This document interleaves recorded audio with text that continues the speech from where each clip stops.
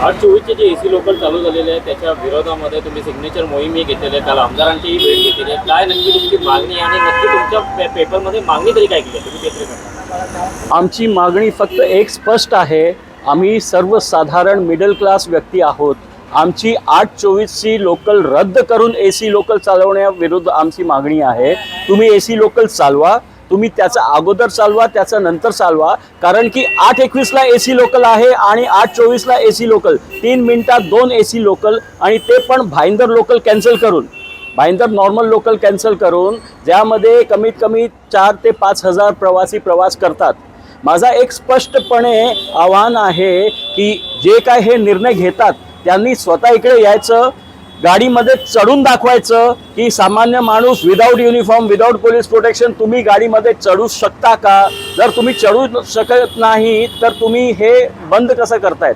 कारण की मीरा भाईंदरला 8:01 नंतर डायरेक्टली 9:30ला भाईंदर लोकल आहे.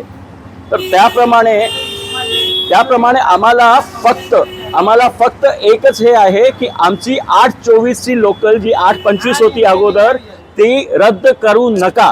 आम्हाला गरीब माणसाला त्रास देऊ नका, कारण की आमचा पास आहे 500 रुपये आणि त्यांचा एसीचा पास आहे 1890 रुपये.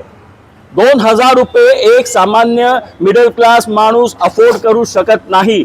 माझी सप्रेम विनंती आहे सर्वांना, जे काय अधिकारी आहेत, जे काय आणि आता जर काय हे आमचं मागणी इकडे ॲक्सेप्ट नाही झाली तर आम्ही देवेंद्र फडणवीस साहेबांना भेट करूया, कारण की आतापर्यंत त्यांची शपथ झाली नाही आहे, पण त्यांचं नाव निवडून आलं आहे. तर उद्या किंवा परवा आम्ही फडणवीस साहेबांना पण भेटणार आणि जे काय लिगल प्रोव्हिजन आहे ते आम्ही करणार. काल तुम्ही नरेंद्र मेहता या आमदारांना भेटला होता, त्यांच्याकडनं काय आश्वासन मिळालं आपल्याला. ते बोलले की आज ते बोलणार आहेत, पण काय बोलणार आहेत कसं काय ते आम्हाला आतापर्यंत स्पष्ट नाही. आमचा भरोसा आहे आमच्या आमदारवर, आमचा भरोसा आहे आमचे जे निवडून आलेले पक्षकार आहेत त्यांच्यावर.